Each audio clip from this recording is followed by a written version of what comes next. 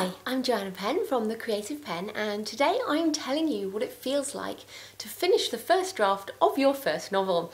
So yay, I finished my first draft, and I thought I'd do a little video on it because it was a kind of challenging time, because in one way I was really proud to make it to, well, I made it to about 70,000 words and the story was complete. So if I had given it to you, you could read it end to end and you would know the story.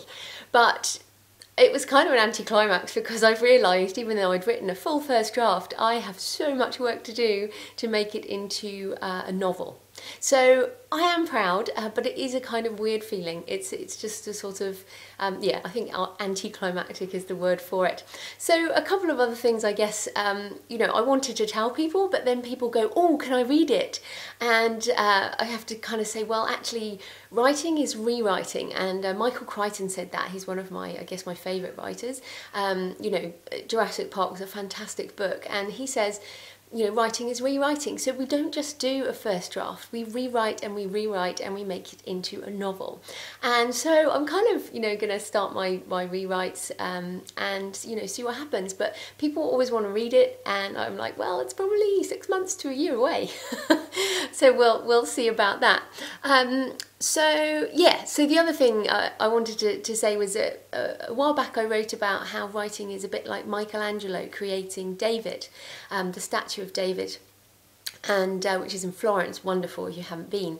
That basically we, you know, craft a book by taking a hunk of marble and carving it out and making a hunk of stone into a wonderful statue, or making, you know, a first draft into a novel. But what writing a first draft is actually like making the marble.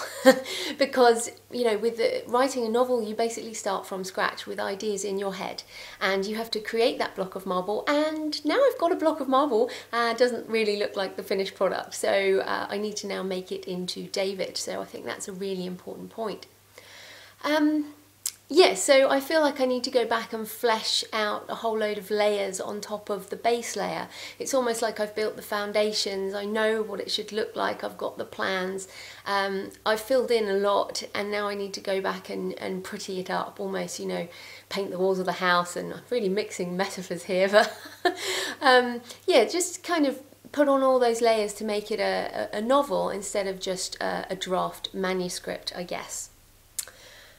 Yeah, so the other thing I'm going to do, I'm actually doing Holly Lyle's How to Revise a Novel program, which I'll be blogging about over time. Holly is wonderful and I really recommend her course. And basically I'll be using that to revise. After I've revised to the point where I'm so sick of the book and I've made all the changes I can, I will be engaging a professional editor, which I also recommend before I give it to first readers. And my goal is January 28th, I think, is the Amazon Breakthrough Novel Awards. Now I'm going to submit my book, who knows what happens, so if you have a novel in progress, why not think about submitting it to that too. It's for unpublished novelists, so very exciting.